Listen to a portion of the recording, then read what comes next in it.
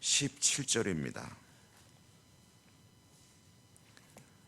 열왕기상 17장 17절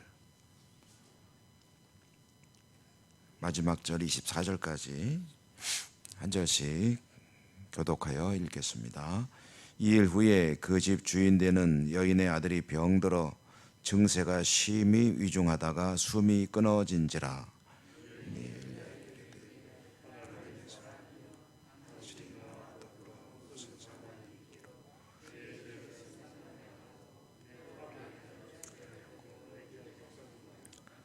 엘리야가 그에게 그의 아들을 달라 하여 그를 그 여인의 품에서 받아 안고 자기가 거처하는 다락에 올라가서 자기 침상에 누이고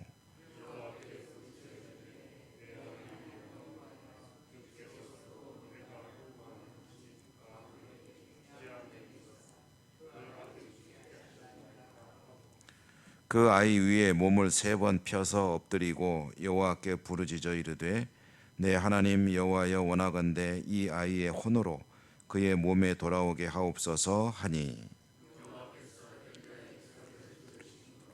그 아이의 혼이 몸으로 돌아오고 살아난지라.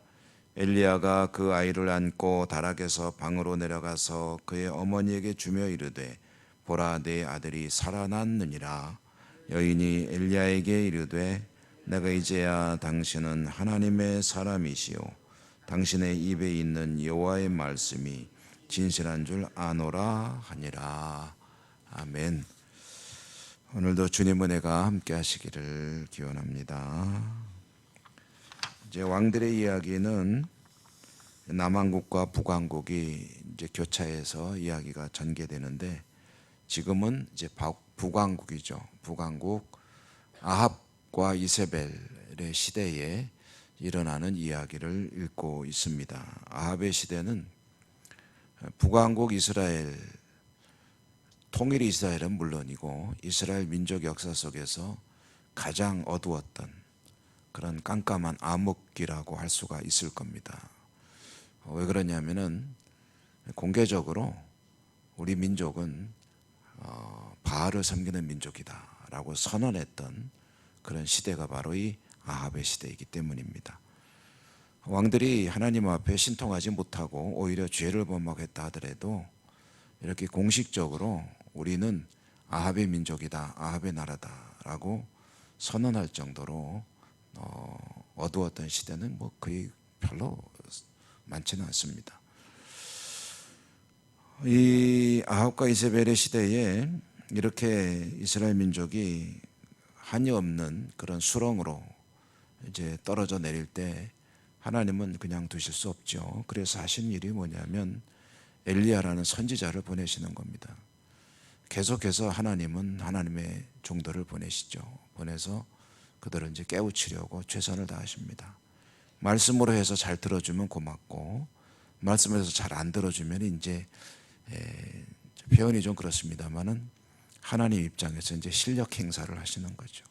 그래서 하나님이 어떤 분이신지를 몸으로 좀 깨닫고 그리고 하나님 앞에 정직한 하나님의 사람으로 돌아오도록 이제 일하시는 것이죠.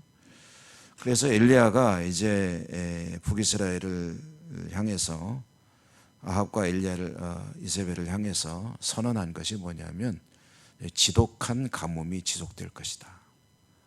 그러니까 하나님께서 말씀하시기를 다시 내가 마음이 바뀌어 가지고 비를 내리거나 하다못해 이슬이라도 내리겠다라고 변심하시기 전에는 이슬 한 방울도 내리지 않을 것이다.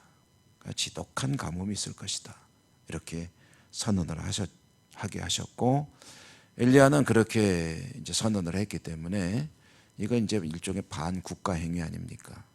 그 말을 믿건 안 믿건 떠나서 이런 일종의 지독한 저주의 말을 한 거나 마찬가지니까 위험하죠. 신변이. 그래서 이제 피신하여 숨게 됩니다. 처음에는 요단강 건너편에 있는 그리시네가라고 하는 곳에 가서 숨어 지내다가 이제 먹고 사는 것은 까마귀가 먹을 것을 낳아 주었다 하니까 뭐 구체적으로 어떻게 된 건지는 모르지만 이 까마귀가 도시락을 배달했을까? 뭘 갖다 줬을까? 이런 건 이제 궁금증, 호기심이죠. 그렇지만 뭐 그런 거는 너무 그렇게 궁금해할 필요 없습니다. 어쨌든 하나님이 먹게 하셨다는 거죠. 그렇게 해서 지내지만 이제 가뭄이 심해지니까, 길어지니까 그리 시냇가에 물도 마르게 되었다. 이제 이스라엘의 시내라는 게 대개는 우리나라처럼 물이 사시사철 흐르는 데는 뭐 거의 없다고 봐도 됩니다. 대개는 비가 내리는 시절에는 물이 조금씩 흐르다가 이제 건기, 비가 안 오는 때에는 마른 땅이 돼 버렸다가 이런 걸 이제 와디라고 그러죠. 와디. 물이 흐르기도 하고 안 흐르기도 하고. 대부분의 시냇가가 그런데 아마 그리 시냇가도 그런 곳이었나 봅니다. 비가 안 오니까 이제 물이 말라버린 거죠. 사람이 밥은 안 먹어도 한동안 버티지만 물은 안 먹고는 뭐 며칠 못 버티죠. 하나님은 엘리야로 하여금 다시 또 다른 곳으로 옮겨가 숨어라 했는데 그 이제 숨게 된 곳이 사르밧 시돈입니다. 그러니까 이세벨의 조국 시돈 땅에 있는 사르밧이라고 하는 곳에 가서 내가 예배해 놓은 곳이 있다 해서 가봤더니 글쎄 부잣집도 아니고 뭐 넉넉한 집도 아니고 홀로 된 여성이 아들 하나 데리고 사는 집에 가서 말하자면 거기서 이제 얹혀 지내게 된 겁니다. 그래도 이제 그 식량이 안 떨어지게 하나님께서 이제 기적으로 역사하셨죠. 그래서 그 쌀통이, 우리식으로 말하면 쌀통에 쌀이 계속 남아 있고, 그리고 이제 쓸 수 있을 필요한 식재료가 떨어지지 아니하였다. 거기서 이제 지내던 중에 오늘 말씀이 이제 그 중에 일어난 사건이죠. 그 여성이 홀로 사니까 아들에 대해서 얼마나 기대가 크고 아들을 의지하고 살겠습니까?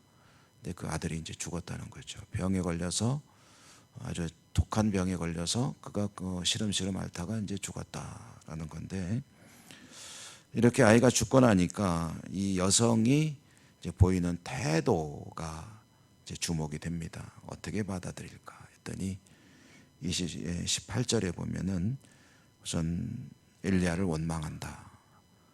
하나님을 원망한다. 이제 하나님을 원망하는 게 엘리야를 향한 원망으로 나타나는 거죠. 이 여성의 말은 18절에 보면은 왜 나한테 와가지고 이런 슬픔을 겪게 하느냐, 왜 내가 죄인이라는 걸 생각나게 하느냐, 뭐 이런 이야기를 하는데, 이것은 사실은 뭐 엉뚱한 데 가서 화풀이 하는 거죠.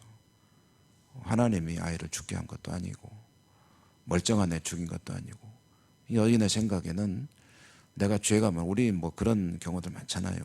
내가 죄가 많아서 아이에게 이런 끔찍한 일이 생겼다. 우리 과거에는 막 그런 얘기 많이 들었죠. 전생에 내가 무슨 죄를 지어가지고 이런 일이 나에게 벌어지느냐. 과거에 유명한 사건이 있었죠. 미국의 이민 사회에서 벌어진, 이민 가서 살던 한 여성이 이제 아이가 죽었습니다. 이제 수유하다가 그만 눌렸는지 호흡이 이제 안 되고 질식사를 하게 됐는데, 이제 경찰이 왔죠. 경찰이 와가지고 이제 사건 이제 현장을 조사하고 하는데 사람이 죽었으니까. 근데 엄마가 내가 죽였다, 내가 죽였다 하니까 이제 진짜로 그 사람들은 또 우리하고 사고 방식이 다르니까, 우리는 나 때문에 죽었다 이제 그러는데 내가 죽였다니까 이 엄마가 애를 죽였구나 해가지고 1급 살인죄로 이제 구속하고 재판하게 되었다 하는, 그 뒤로 이제 뭐 그게 소명이 되고 해가지고 밝혀졌다고는 들은 것 같은데 뭐 정확히는 기억이 나지 않습니다. 그러니까 이제 우리 정서로는 그런데 이 여성은 하나님을 원망하는 거예요. 그러면서 왜 내 죄가 생각나게 하고 우리 아이를 데려가게, 당신은 왜 나한테 와가지고 그러냐. 이제 그 마음이야 이해가 되죠. 아들이 죽었는데 무슨 소리를 못 하겠습니까? 무슨 어떤 마음이 안 들겠습니까? 그렇지만 여기에 이제 그 우리 인간의 어떤 모습이 드러나게 됩니다. 뭔가 슬픔과 아픔과 고통의 사건이 벌어졌을 때 이제 하나님을 원망하는 그런 일종의 모습, 그런 모습들을 자주 보죠. 하나님이 뭘 잘못했다고 왜 하나님을 원망하느냐. 살다가 저는 그런 경우를 참 많이 봤습니다. 목회를 하다 보니까요. 슬픈 일이 발생하거나 감당하기 어려운 일이 발생하면 하나님이 원망스럽다 그래요. 하나님이 원망스럽다. 저는 성경 공부하다가 한번 화도 낸 적이 있습니다. 스스로 흥분해가지고 도대체 주님이 뭘 잘못했길래 퍽퍽하면은 주님이 원망스럽다고 그러느냐고. 주님이 당신을 위해서 한 거는 십자가에 죽어주신 것밖에 없다. 그런데 왜 안 좋은 일만 생기면은 주님한테 화풀이하고 주님 때문에 그렇다고 그러고, 주님이 뭐 잘못했는데? 이렇게 물어보면은 이제 제가 흥분해가지고 한번 핏대를 올리다가 얼마나 후회를 했는지 그랬는데요. 사실 그렇습니다. 그 심경은 얼마 충분히 이해가 되죠. 하나님이 좀 막아주시지 하는 그런 심경 아니겠습니까? 우리 아이가 이렇게 위험할 때 좀 살려주시지, 죽지 않게 좀 도와주시지, 돌봐주시지 하는 그런 마음이죠. 실제로 하나님을 원망한다기보다는. 어쨌든 그런 상황이 발생하자 엘리야가 아이를 이제 놓고 하나님께 간절하게 기도하게 되고, 결국은 이제 아이가 소생을 했다. 그래서 엄마와 함께 또 살게 되었다. 그때 이제 엄마가 하는 말이 뭐냐면 24절에 보니까 여인이 엘리야에게 이르되 내가 이제야 당신은 하나님의 사람이시오 당신의 입에 있는 여호와의 말씀이 진실한 줄 아노라 하니라. 그러니까 이제 하나님이 진짜 하나님이네요 라고 하는데, 이게 이제 우리의 모습이다는 거죠. 심경은 충분히 이해된다고 말씀드렸죠. 아프면은 원망하고 좋으면은 고맙다고 그러고 감사하고 그러는데, 이제 한자 네 글자로 보통 감탄고토라는 말이죠. 감탄고토.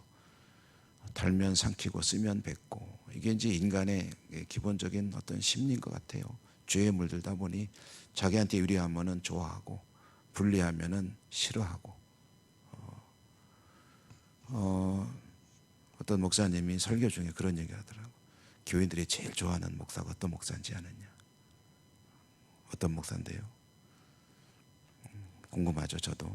했더니 설교를 잘하는 목사도 아니고 교회를 부흥시키는 목사도 아니고 나한테 잘해주는 목사를 제일 좋아한다고 그러더라고요. 나한테 잘해주는 목사. 여러분, 오늘 이 말씀 속에 혹시 나의 모습도 들어있지는 않은지 한번 생각해 봅니다. 조금 힘들 때 하나님을 원망하고 쉽사리 좀 잘 될 때 하나님께 감사하고, 우리의 믿음은 잘 되나 안 되나 늘 하나님께 범사에 감사하는 믿음의 삶이 될 수 있기를 소망합니다. 오늘도 하나님께 모든 일을 통해 감사하는 복된 하루 되시기를 축복합니다. 은혜로우신 하나님 감사합니다. 오늘도 저희들이 말씀을 듣고 또 저희들의 연약한 모습을 또 생각해 봅니다. 하나님께서는 늘 사랑으로 베풀어 지켜 축복해 주시고 또 감사할 일밖에 없는 것이 우리의 삶인데, 저희들의 마음속에 불편함이 있을 때 하나님을 향해 또 서운한 마음, 원망하는 마음을 가질 때도 있었음을 인정하고 고백하고 회개합니다. 저희들의 부족함을 다하시는 하나님, 오늘도 저희들에게 성령으로 함께 해주시고 늘 범사에 감사하는 신앙으로 하나님의 기쁨이 되고 영광을 돌려드리는 복된 한날 살아갈 수 있도록 축복해 주옵소서. 우리의 기도를 들으시며 은혜 베풀어 주실 줄 믿고 감사드리고 예수님 이름으로 기도드립니다. 아멘. 하늘에 계신 우리 아버지, 아버지의 이름을 거룩하게 하시며 아버지의 나라가 오게 하시며 아버지의 뜻이 하늘에서와 같이 땅에서도 이루어지게 하소서. 오늘 우리에게 일용할 양식을 주시고 우리가 우리에게 잘못한 사람을 용서하여 준 것 같이 우리 죄를 용서하여 주시고 우리를 시험에 빠지지 않게 하시고 악에서 구하소서. 나라와 권능과 영광이 영원히 아버지의 것입니다. 아멘. 말씀을 기억하시며 기도하시고요. 여러분의 개인적인 기도, 우리가 함께 기도하는 아픈 분들에 대한 기도를 비롯한 여러 가지 기도 제목 하나님께 간구하겠습니다. 주여 한번 부르고 기도합니다.